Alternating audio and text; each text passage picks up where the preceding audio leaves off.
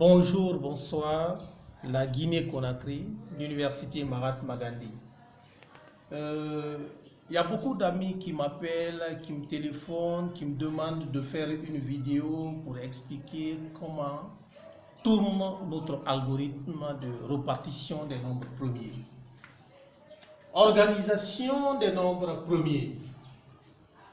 Les nombres premiers, ce sont les entiers naturels. Les entiers naturels, il y a deux sous-ensembles. Il y a les entiers naturels pairs, il y a les entiers naturels impairs. Les entiers naturels impairs, nous avons trois sous-ensembles. Nous avons l'unité 1, qui n'est ni composé ni premier. Nous avons les entiers impairs composés. Nous avons les entiers impairs premiers. La problématique ici, c'est quoi? Ce sont les entiers naturels premiers. Mais nous nous servons des entiers naturels composés pour générer les entiers premiers. Nota bene 1. Excepté 2 et 5, tous les nombres premiers sont terminés par 1, 3, 7 ou 9. Nota bene 2.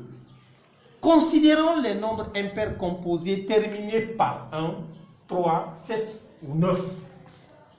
Nota bene 3. Aujourd'hui, on s'intéresse aux nombres impairs composés terminés par 7. Les prochaines vidéos, on va expliquer le cas des 1, le cas des 3 et le cas des 9. Les nombres impairs composés terminés par 7 sont de cette forme.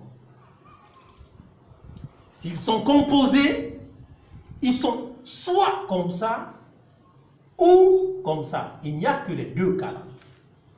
Les nombres impairs composés terminés par 7, ils se factorisent comme ça ou comme ça. Exploitons chacun des cas de factorisation. Le premier cas, le 3 et le 9. Les entiers terminés par 3, par construction, les voici jusqu'à l'infini.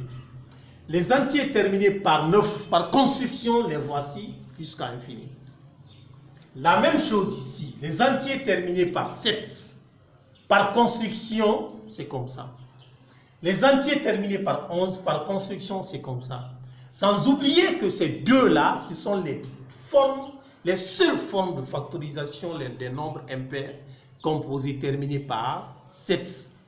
La question fondamentale ici, c'est quoi? Trouver tous les nombres premiers inférieurs à une limite donnée.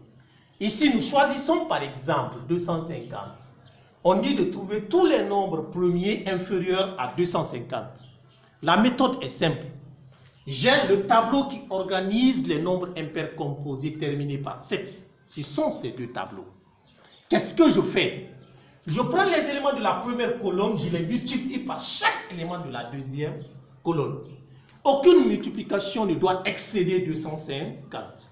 Je fais la même chose pour 3, pour 13, pour ainsi de suite. Et quand on fait ça, comme la limite est donnée 250, voici les différentes réponses pour le premier cas. Nous avons 27, 57 jusqu'à 247.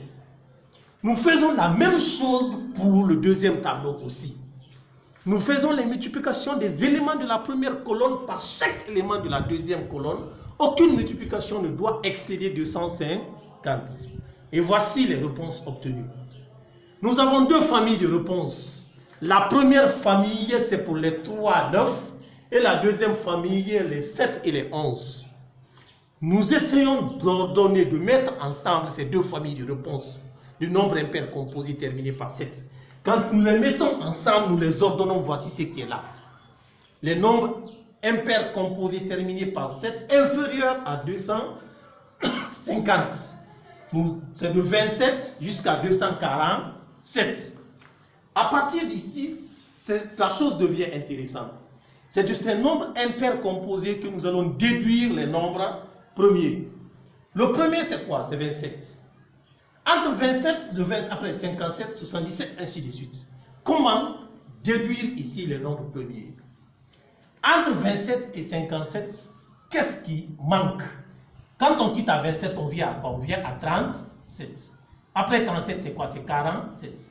Donc 37 et 47, ce sont les nombres premiers. ce sont les nombres terminés par 7 absents dans cette liste. On vient 57, 77. Entre 57 et 77, il y a quoi? Le nombre terminé par 7, c'est 67. Entre 77 et 87, il n'y a pas. Entre 87 et 117, il y a quoi? Il y a 97. 97 est un nombre premier.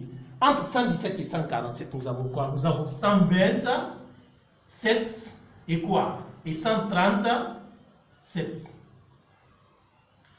Entre 147 et 177, nous avons quoi? Nous avons 157 qui est absent. C'est un nombre premier. Ceux-là aussi, ce sont des nombres premiers. Entre 177 et 197, il n'y a pas. Entre 187 et 207, il y a quoi? Il y a 197 qui est aussi un nombre premier. Entre 207 et 217, il n'y en a pas.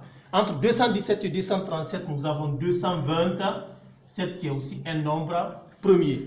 Entre 237 et 247, il n'y en a pas. Donc nous avons ici, par déduction de la liste des nombres impairs composés donnés par ces deux tableaux, nous avons remarqué tous ceux qui sont absents terminés par 7, ce sont les nombres premiers.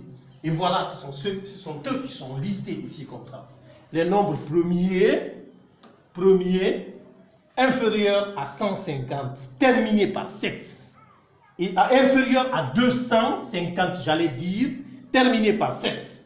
Il y a 37, 47, 67, 97, ainsi de suite jusqu'à 227. Donc, c'est par cette méthode on génère, on liste les nombres premiers inférieurs à un seuil donné terminé par 7. Et c'est le même procédé qu'on fait pour trouver pour 1, 3 et 9. Je vous dis merci. C'est cette méthode. Voici le schéma que nous avons mis en place ici à l'université Mahatma Gandhi qui organise la répartition des nombres premiers. Les prochaines fois, s'il plaît à Dieu, je vous expliquerai comment fonctionne pour les 1, les 3 et les 9. Je vous remercie.